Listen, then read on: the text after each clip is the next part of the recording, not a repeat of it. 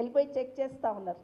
ఏమనంటే కాళేశ్వరంకి వెళ్ళి కాలువల ద్వారా నీళ్ళు వస్తున్నాయి, మరి చెరువులు నింపుకున్నారా లేదా అని ముందు పోయి సిద్దిపేట అక్కడంతా చూస్తున్నారు, అట్లాగే సిరిసిల్ల అంటే కరీంనగర్, మెదక్, ఉమ్మడి మెదక్ అదంతా చూస్తున్నారు. తర్వాత నల్గొండకు వచ్చిన్నారు. మాకు అర్థం కాలే ఏం చూస్తున్నారా అని మేము కూడా అట్లా చూస్తూ ఉన్నాం. చూపిస్తూ ఉంటే నల్గొండకి వెళ్ళగానే అన్ని చెరువులు నింపుకున్న తర్వాత ఒక చెరువు ఖాళీగా అనిపించింది. వెనుకనే జగదీశ్వర్ రెడ్డి గారికి ఫోన్ చేశారు. ఏంటి పలానా ఊళ్ళో పలానా చెరువు ఖాళీ ఉంది, ఆ కాలువలో నీళ్ళు ఉన్నాయి, చెరువు నింపుకోవచ్చు కదా అన్నారు.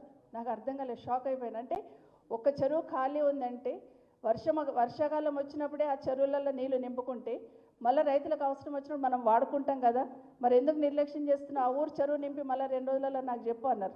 ఒక్క నిమిషం షాక్ అయిపోయినాను. అంటే అంత డెప్త్లోకి పోయి ఆలోచించున్నారు. అంటే రైతన్నకి ఇబ్బంది ఉండొద్దు, రాష్ట్రం కరువుల పాలు కావద్దు, కరువుల కాటకాలు రావద్దు అనే ఆలోచనతో ఫోన్ పెట్టేసిన తర్వాత నేను అడిగాను అన్నకి, అన్న నాకు కొంచెం బాధ వేస్తుంది అన్న. ఎందుకమ్మా అన్నారు. అంటే కాళేశ్వరం పూర్తి చేస్తే అక్కడ అన్ని చెరువులు నింపబడుతుంది, మరి మా రంగారెడ్డి మా వికారాబాద్లో చెరువులు ఎప్పుడు నిండాలన్నా అని అడిగాను.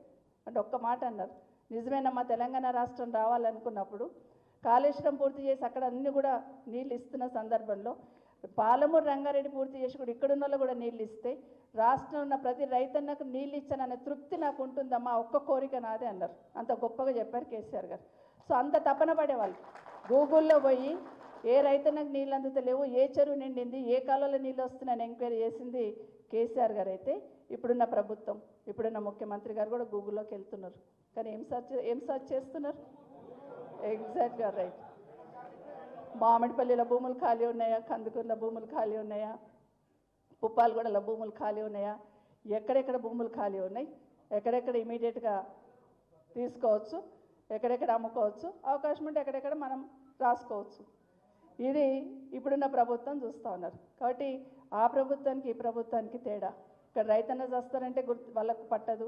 నిన్న మనం ఒక ఫోటో చూసినాం, గుండె తరుక్కుపోతుంటుంది. వైద్యుల నిర్లక్ష్యంతో చిన్నపిల్ల చనిపోయింది అని హాస్పిటల్ ముందు ధర్నా చేస్తూ ఉంటే, మరి అదే దారి నుండి 3 మంత్రులు పోతూ ఉంటే డెడ్ బాడీ పైకి పట్టుకొని ఆ తల్లి రోధిస్తూ ఉంటే కనికరం కనిపించలేదు అక్కడ ఉన్న వాళ్ళకి. మనసు కలుక్కుమంది కదా ఎక్కడైనా చూస్తే. ఇట్లా ఉంది.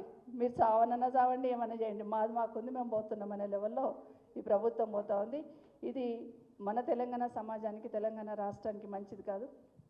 2014 కన్నా ముందు తెలంగాణ సమాజం అంతా ఏ విధంగా తెలంగాణ రావాలని కోరుకున్నారో, మరొక్కసారి తెలంగాణ సమాజం, తెలంగాణ రాష్ట్రం బాగుపడాలంటే కేసీఆర్ రావాలన్న ఆరాటం ఈరోజు అందరిలో చూస్తూ ఉన్నాం.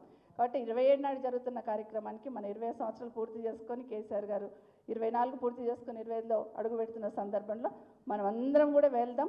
ఆ కార్యక్రమానికి వెళ్ళి ఖచ్చితంగా ఈ రాష్ట్ర ప్రజలకు భరోసా కల్పించడానికి మాత్రం ఆ మీటింగ్కి వెళ్ళాల్సిన అవసరం ఉందని మరొకసారి మీకు అందరికీ కూడా తెలియజేస్తూ, వచ్చిన అందరికీ కూడా మనస్ఫూర్తిగా స్వాగతం చెప్తూ, జై తెలంగాణ, జై కేసీఆర్.